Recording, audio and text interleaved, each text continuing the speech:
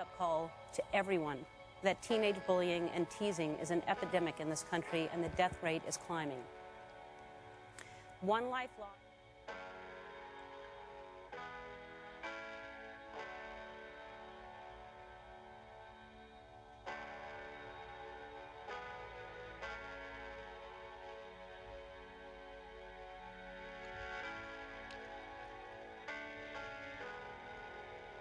Well, it's very sad, and it's very tragic, especially because that community often experiences that high rate of suicide because of their identity, their gender identity, their sexual orientation, and because of all the rejection.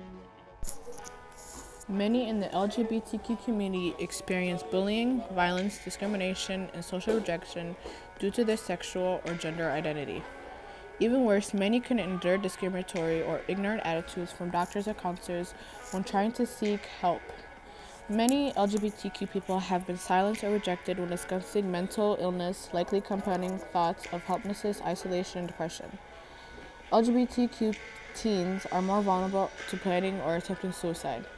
40% of high school students who are considered sexual minorities who identify as gay, lesbian, bisexual, or questioning, meaning they are unsure of their orientation, who are seriously considering suicide. Transgender teens were not included in the U.S. government survey, but research has shown that transgender youth may face a similar or higher suicide risk. A large number of LGBTQ people hide their sexuality or gender identity when accessing services at social and community events. Young people aged 16 to 24 are more likely to hide their sexuality or gender identity.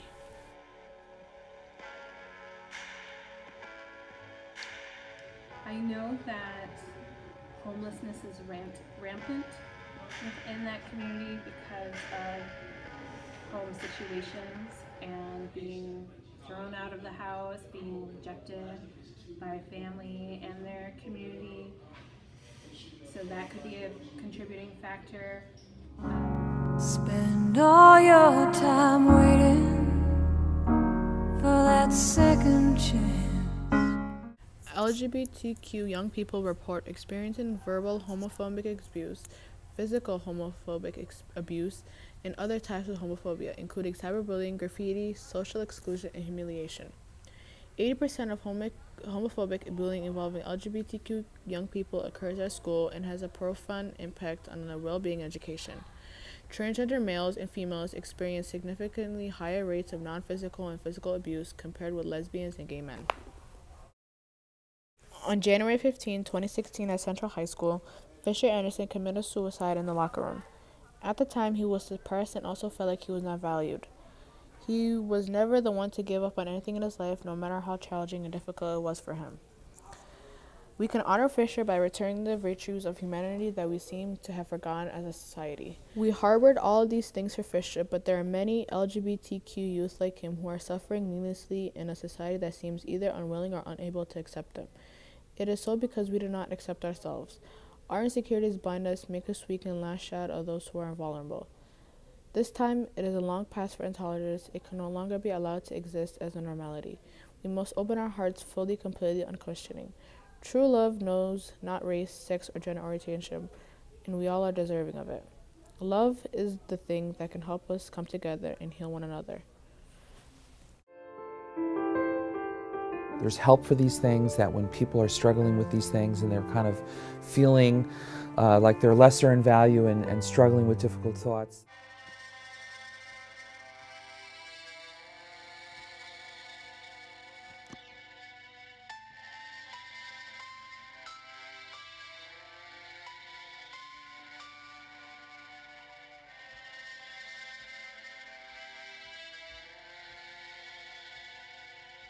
So as far as the queer community, I think they're doing a great job of creating outreach, being seen, taking up space, creating their own safe spaces, reaching out to outside members of the community. I think they're doing a good job.